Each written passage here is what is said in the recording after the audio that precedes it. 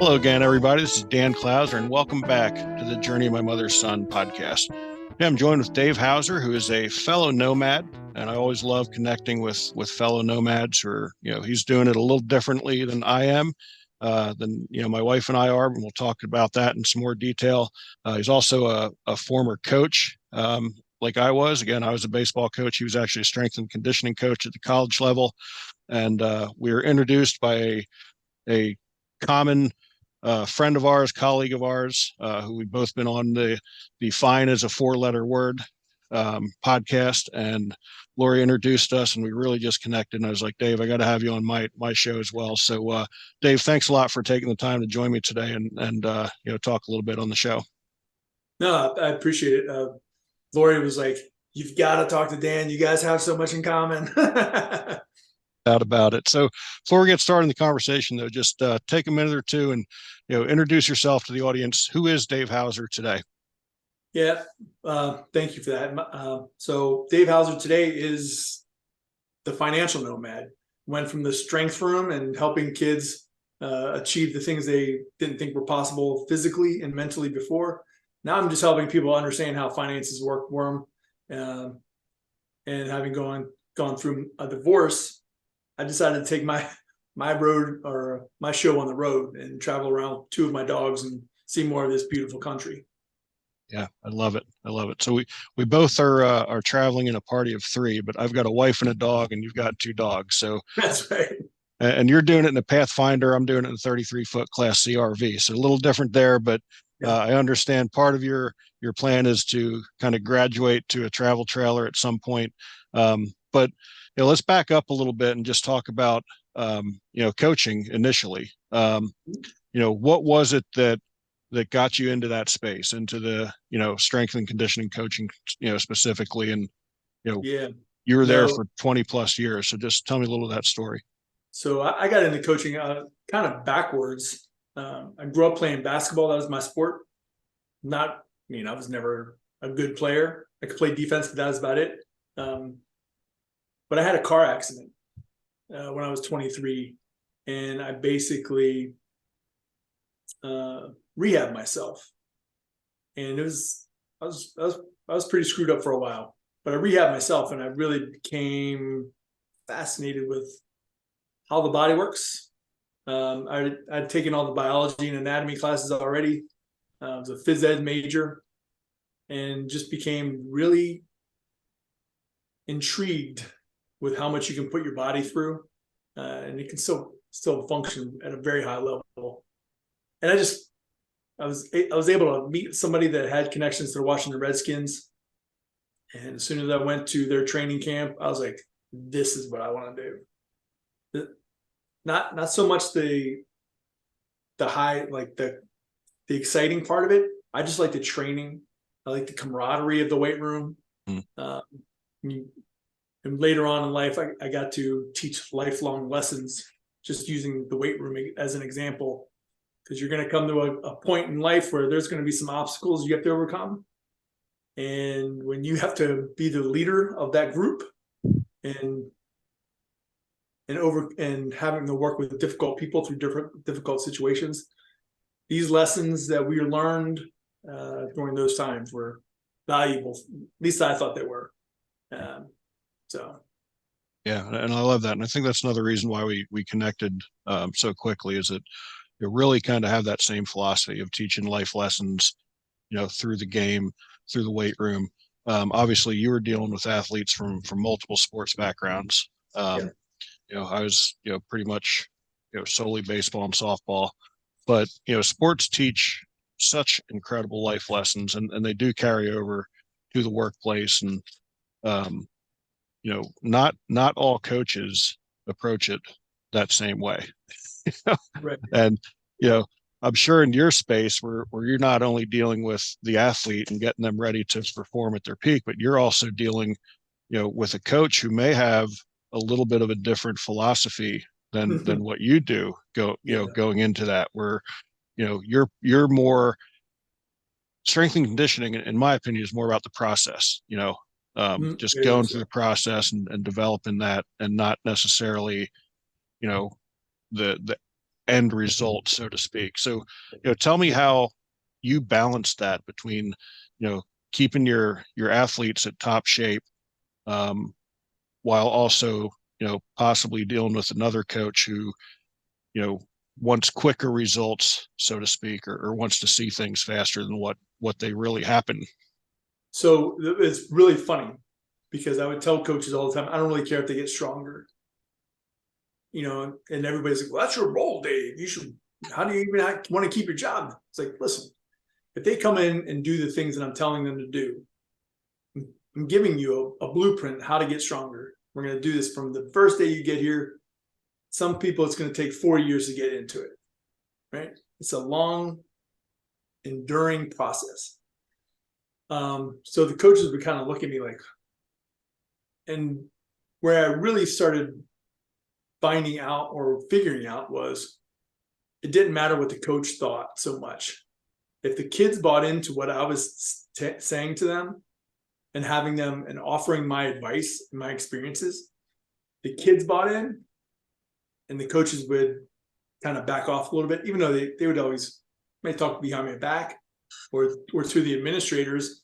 But it's like, look, your kids are doing everything I'm asking them to do. Because I had 3 rules. You had to show up on time, give me your best effort, and be your best teammate. If you can do those 3 things on every day, awesome. It's not going to be, you're not going to get 100% of everybody every day.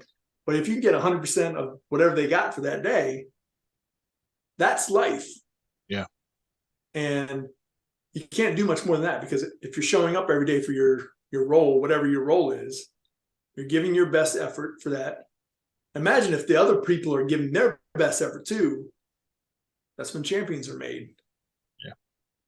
And champions don't always raise a belt or raise a crown or anything like that. They move on to successful levels and keep stepping up. Yeah. And that does parallel life so much. Because again, being on time, showing up, giving what you got for that day. Again, it may not be your overall best, but it's the best of what you got today. That is so important. And then be a teammate, the best teammate possible. That relates to every aspect of your life, whether it's your relationships at home with your kids or whomever, your friendships.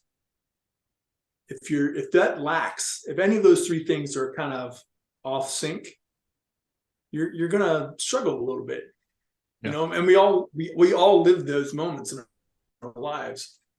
So it just came to me about halfway through my career. I was like, I had a list of like 20 rules. I was like, no. These are the 3 things that count. Yeah. This is all I really want from people. Yeah. And again, being a good teammate, I have a whole chapter in my first book that talks about that. Talks about just, again, how being a good teammate carries over to everything off the field, on the field, at home. A marriage is a team. Every relationship you have is some sort of team. So that's such a key component to to all of it, without a doubt. So I love that you took that philosophy, and again, something I can relate to, completely. So, after 25 years of coaching, again, similar to me, you had a moment where you decided it was time to, turn the page, start a new chapter, whatever you want to call it, and walk away from coaching. And again, another parallel to our stories. Tell me a little bit about what led you, to that decision, and kind of where you are today.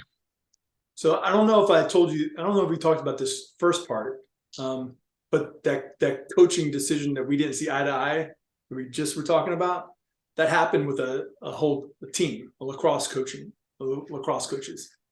That was 2017, November 14th. And had this big blow up and left work and basically said, I'm done with this. I'm done with the political side of this. I'm not able to, I'm letting it affect how I coach. Right. So a year later, almost a year later, I took my first vacation in 20 years. Yeah. And I happened to be going overseas to Spain for the first time going out of the country. And went to Madrid, got off the plane, and I'm standing in the middle of this huge plaza. And I can see the people walking in this plaza, and I'm looking down across it, and it translated into House of Ham. There's a restaurant down there. And I was like,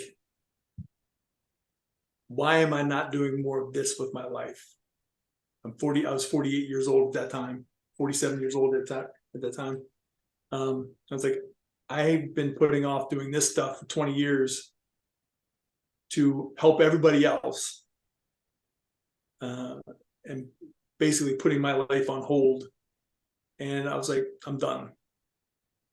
And then when I got back to go to work, I had people coming up to me and go, "Oh, Coach Dave, we didn't think you were going to come back. We didn't think we'd ever see you again." And I was like, at that moment, I realized that everybody knew that I was already out of coaching. I was just the last one to know. And right. So November 11th, 2018 was the day I actually resigned, when another coach said something to me that I was just talking to me. I'm not going to be 50, I'm close to 50 years old and have somebody talk to me like I'm a kid. Right. So I'm done. Yeah. And resigned.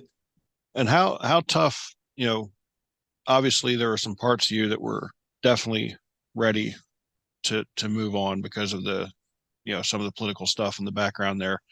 But obviously, the greatest thing about coaching, which is the thing that keeps, I think, all of us doing it for, the 30 years that I was doing it, the 20 plus years that you were doing it. There were a lot more of those one-offs in there, but we always kept showing up every day because of the kids, because of that connection and knowing that we were making an impact on their life. So, what was that, process like for you, or how difficult was that decision to understand that, there is this part that really, really is getting to you, but then there's also this component that you absolutely love, which is the kids and the people that you're working with, directly, not those, making the noise in the background. How tough was that for you to kind of balance that and say, even with all that, I still have to make this decision for my own well-being. I've got to make that decision for myself for once in my life. So it was difficult. I just didn't realize how difficult it was at the time. And I didn't realize it until a couple of years later. But initially, I felt kind of lost. I went from having a job that I was going to show up every day and be there 12 hours a day. I knew exactly what my day looked like from 6 a.m. to 6 p.m. I knew what my day looked like. And then I didn't have that anymore. And I really felt alone, because a couple of years later, during COVID, I realized, even though I'm I like to be by myself, I like a lot of alone time. What I found out was that I was just a naturally social person, simply due to the high fives, the smacking on the backs, the joking and goofing around I had with those student athletes and my staff. And that's what I missed. I just didn't realize it yet. Because right. When I initially went through it, I was like, oh, this is just such a relief. I shed some tears with some of my teams. But it wasn't until later that I really got it. And I still have a book of thank you letters from one team in particular that I've never read, because thinking about it makes me want to cry. Right. Wow. And I know we talked about this before we recorded, just the, again, kind of that grind, so to speak, where, like you said, you're basically working 12 hours a day in most cases, 6 to 6. I talked many times about the hours I was putting in at the complex for the organization that I used to be a part of. The difference between a strength and conditioning coach and a baseball coach or a football coach is you never have an off season. Like you're always training somebody.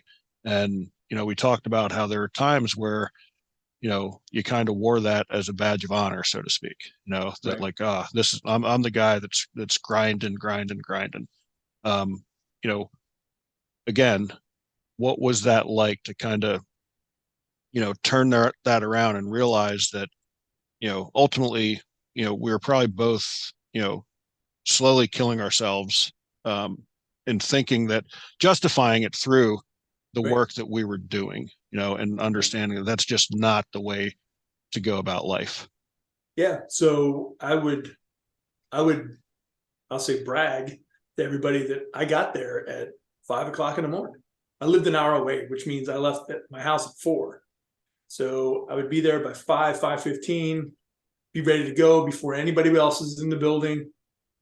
That was my thing, right? Um, and then I realized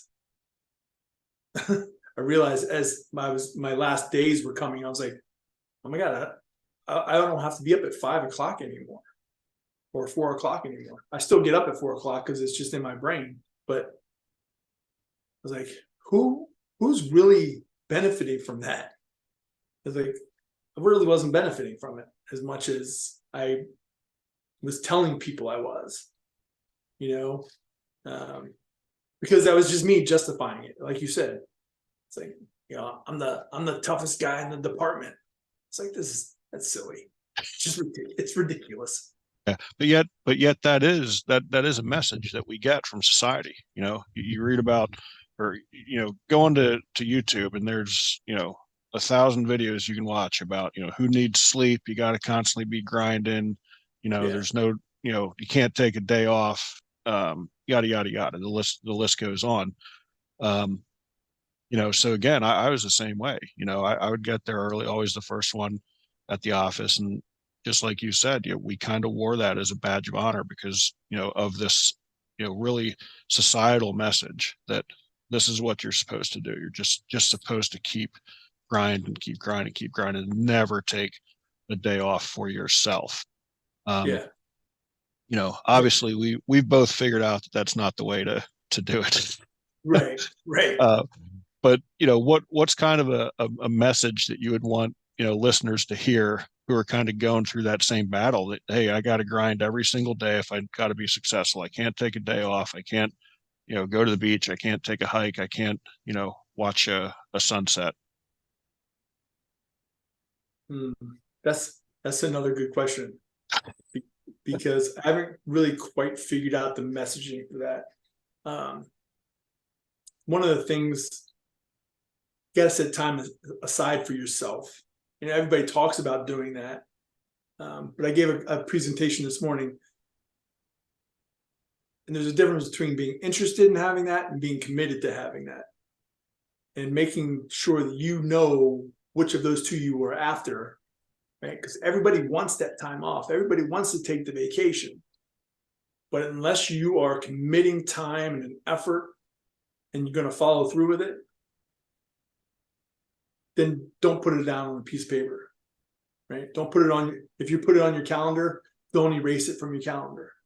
If you, right? So I got to be so bad that I use work as an excuse for everything, right? I can't do that. I got to go work tomorrow.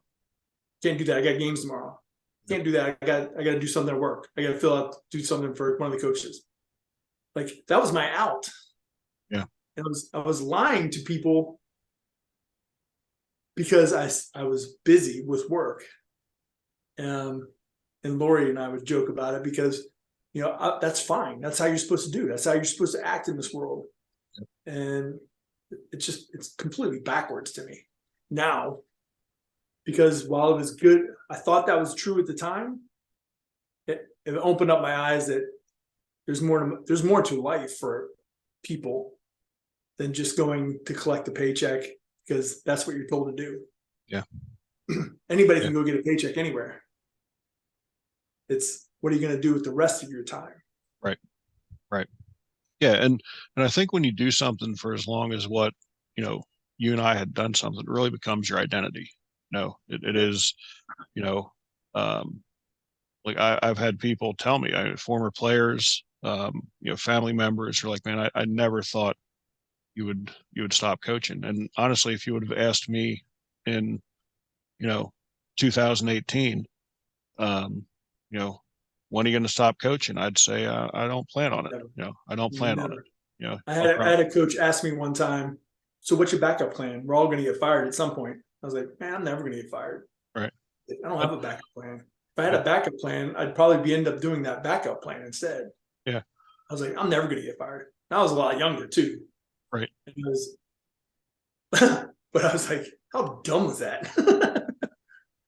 And even so, it's kind of that mentality that even if I do, I'll just coach somewhere else. Right. I'll just, Yeah, because again, this is me. I am a coach. It's what I do. that's Um, right. so so what was the transition to, once you finished coaching, um, you know, then I understand you went through some personal issues. The divorce was in there, Yep. changing careers to financial guy to now, embarking on again this journey in a, you know, in a car with your two dogs, Yeah. traveling around the country and really just kind of taking it one day at a time, but still, um, working this new career that you've started.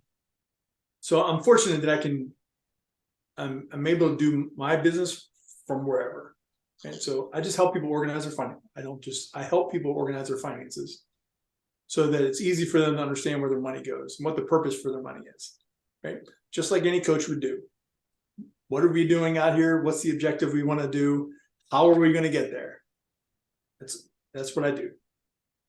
And then, it's just my logo is a buffalo or a bison.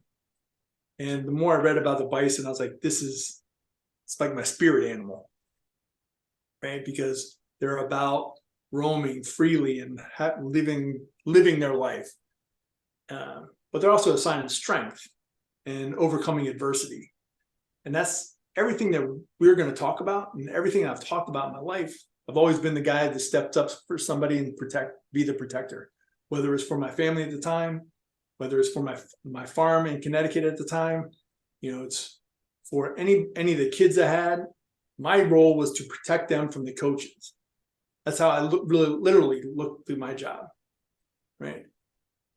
And then it's just transitioning that. I was like, why do I just have to be in one spot?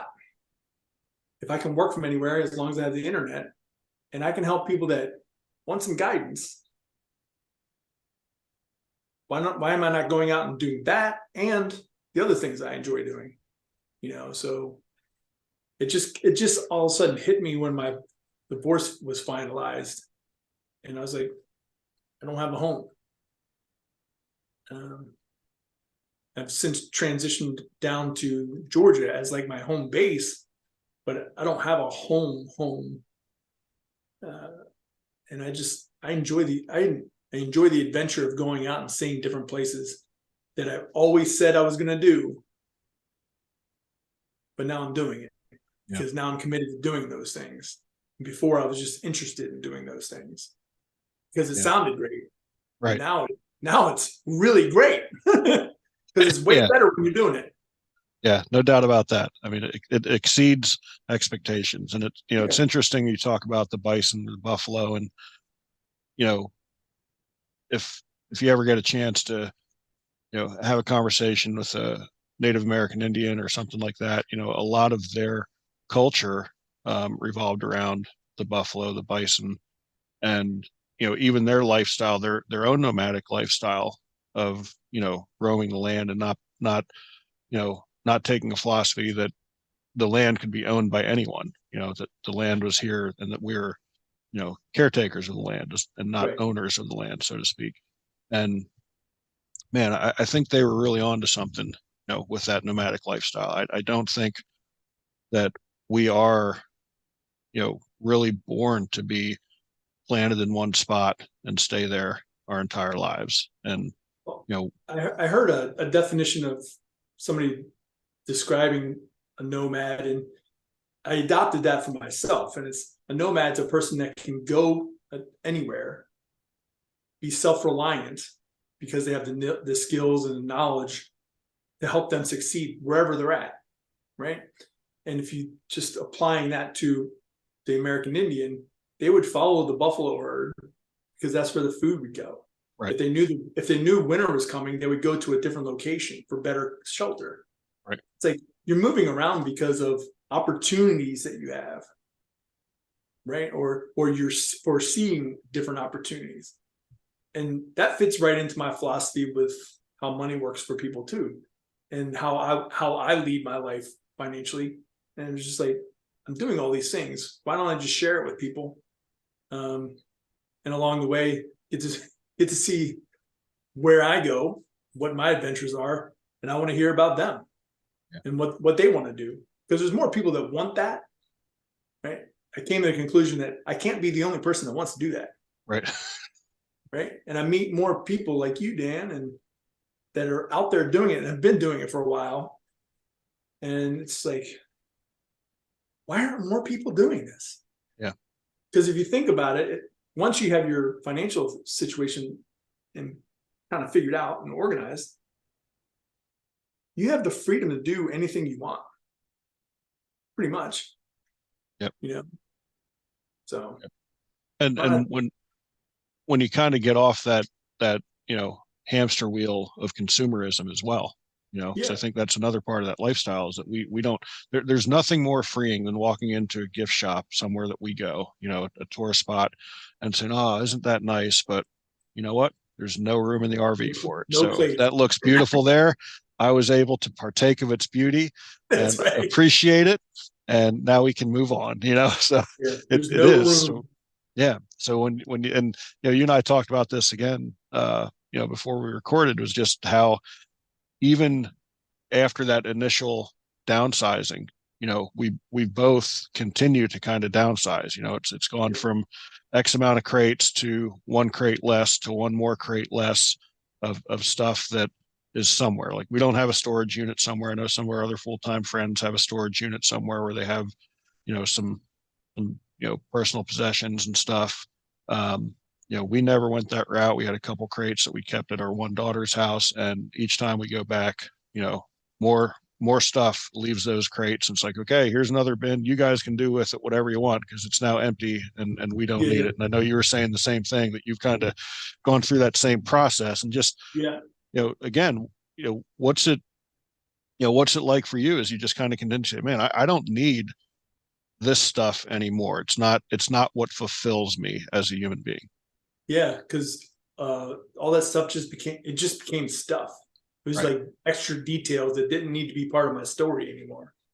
So it's funny because I was going through I have 5 bins, and I was looking for something yesterday, and I was like, oh, I don't need this. And I basically eliminated one bin just because I was like, I don't need any of this stuff. And I took it to the dumpster and threw it out. Well, I had the contents out, I threw it out. It's like I don't need any of the stuff because I only really need my laptops. I wear the same t-shirts almost every day, same pair of shorts every day. I mean, not every day, but you know what I mean. Yep. Yeah, it's relatively the same clothing, same pair of jeans, and it's just like I don't need all this stuff. I have a couple of dress shirts, and that's it. Yep.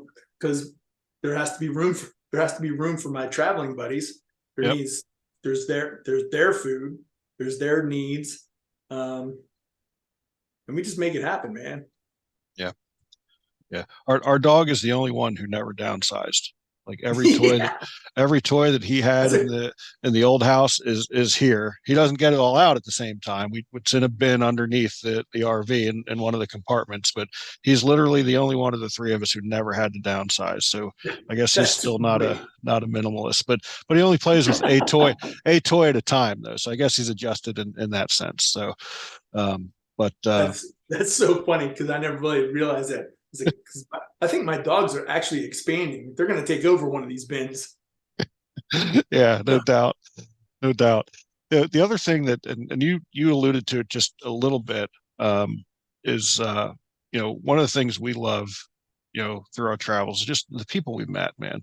The people we've met are just incredible, and I think we live in such a polarized climate in our society today where people are constantly throwing, and pointing out what all of our differences are or should be.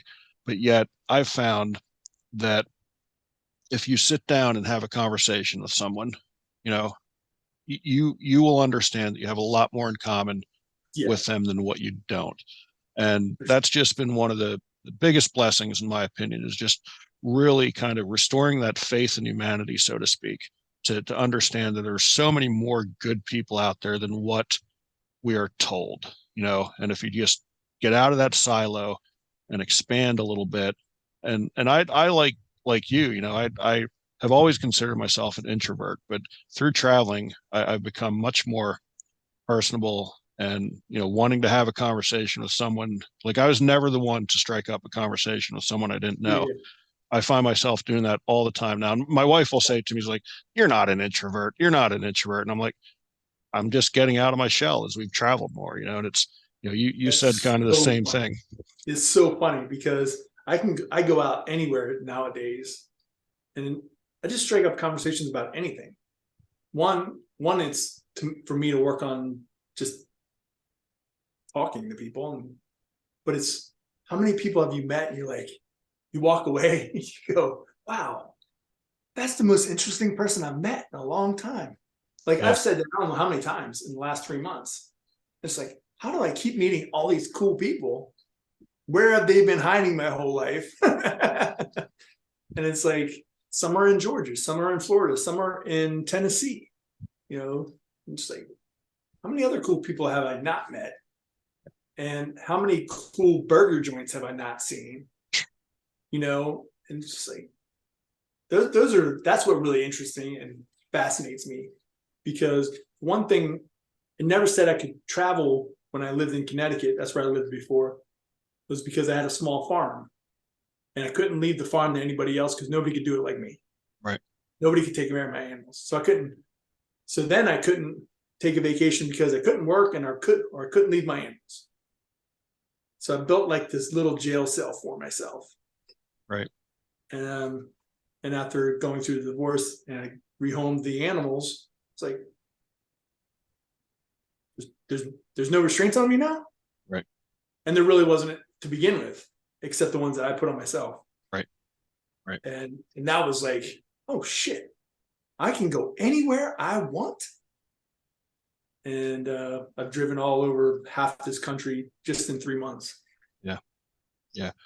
I mean, what's been one of your, I don't want to, people ask us all the time, what's the favorite place you've been? And I'm like, you can't answer it because there's just so many awesome places that you can't categorize them. But what's been, like, say, one of your most surprising places that you've been to that totally exceeded your expectations, where you thought it would be cool and then you got there and it was like, this is cool, but cool times 100. So I was driving to Fargo, North Dakota, and I'm driving through western Minnesota, and I found myself smiling for about 4 hours as I drove, because out there, you're on a highway, but there's nothing, there's no buildings or anything. It's flat land. It was clear as could be. It was beautiful. And I couldn't believe how far you could see over to the east horizon. Um, and I thought to myself how small I am at that moment, Yeah. And it's like, that's cool. That's really Yeah. cool. Yeah. And for me, similar actually in North Dakota as well, but on the other side, um, in Medora, North Dakota, in the Theodore Roosevelt National Park, South Unit. Um, my wife and I went out there having uh, an astrology night, astronomy, astrology. I forget which is which, um, but we were thinking, why would we go out? We don't have our own telescope. We don't have anything. Just not knowing what we were even expecting, and we decided to go out anyway. And we get out of the RV and we look up, and like the first time in my life where you could literally see the Milky Yeah. Way like horizon to horizon, and just no light pollution, no nothing. And then, what we didn't know is it was just a field of telescopes that you could just walk up to, and telescopes the size of cannons, that you're looking into, and you can see the the rings of Saturn and the moons of Saturn clear as day. And it was like, wow, this was, because again, we're debating, it's like, do we want to drive out there, um, or just head to our next destination? We're like, let's do it, what the heck. And man, Yeah, were we grateful that we did, for sure. Just totally that's incredible. awesome. Yeah, It's those totally. unexpected things, because that's what Yes. I was driving through Virginia, um, Hungry Mother State Park. I came across, and I was like, oh, that's a cool name for a park. So I drove in there, and I took these pictures across the lake, and I was just like, I was the only one there. It was like 5 p.m. I was the only one there, and I was like, as quiet as could be, beautiful. It's just me and one dog who decided he wanted to stretch his legs a little bit. And I was just like, how random is this place? Yeah. That I was driving by, I saw the cool name of this park.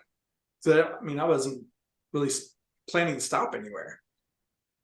And I found this cool little place. Yep. That means it's not little by any means, but for me it was new. Right. And Right. I just thought. I think I sat there till sun went down, and then I think I hung out another half hour and then drove away. Yeah, and you're right. The unexpected ones are the ones that totally blow you away, without Yeah, a doubt. Without a yeah, doubt. So, oh man, Dave, you and I could talk for hours on end, for sure, but yeah. we're No just about question. out of time. So, is there anything, in particular you want to bring up to the listeners that you think would be of value before we start to wrap things up? Yes. So one of the things that I really have adapted or adopted for my life has been dream really big, have a big dream of what you want to accomplish. And then just each day, start knocking things out. It's one small thing in detail at a time, and be the best version of me every day. Right. So, and again, I just say this to everybody. If I meet you, Dan, you and I have this conversation, you and I both bring our best versions of ourselves. Something magical is going to happen that day for both of us. Yeah. And just show up every day. Be there, man. I love that. I love that. Dave, how can people find you on the internet if they want to connect, if they want to talk about their finances with you, if they want to, figure out how they can do what you're doing and what I'm doing? Yeah, I appreciate that. So my website is www.fn, as in financial nomad, freedom.com. People do giggle at the name of that, but it's financial nomad freedom.com, FN freedom. And my email is dave@fnfreedom.com. Happy to answer any questions. There's no charge. I don't charge people to talk to me. If I can help you, we can figure that out. But just for conversations, it's my way of giving back to people that I didn't know anything about. Yeah. And what I've learned over the last 10 years is that as I finally slowly have been building this business, I just want to give that back to people. And if more people did stuff like that with the knowledge they have, we'd be better off. No doubt about that. No doubt about that. There's no need to keep that to yourself. Yeah. Help other people out. I love that. So that brings us to our final question. As you know, the subtitle of the podcast is Many Little People in Many Little Places, which comes from the opening lyrics of a Michael Franti song, Gloria, which go, when many little people in many little places do many little things and the whole world changes. So what's one of the little things that Dave does on a daily basis to make the world a little bit better place? Man, I've been thinking about this the whole podcast. I go outside. So I have a morning routine, and in that morning routine, I make sure to schedule my day, read, I go exercise, and then I share what my thoughts for the day. I do a lot of blogs. I write a lot. So I'm like you, I want to write a book, and it's basically all my morning walks, and kind of like a compilation of things. But share whatever you have with people, because when I was coaching, I didn't want to share anything with anybody, and I thought I was being a steward of my profession. Right. But a steward is actually sharing your thoughts, and that is enabling people to take your wisdom and put it to use for themselves. So I'm not sure if that answers the question, but I hope it does. It definitely does. I love that. I love that. Dave, I really appreciate you taking the time. This is a great conversation. Like I said, I think you and I could go on for hours, but yeah, for sure. The listeners are not into the 3-hour Joe Rogan style podcast. We like to keep it within an arm's length, so to speak. But really appreciate the time. For listeners out there, be sure to check out my other podcasts and blogs at journeymymotherson.com or danclouser.com. While you're there, pick up a copy of one of my books. And again, Dave, really appreciate you taking time. This is a great conversation. Hope to see you on the road sometime.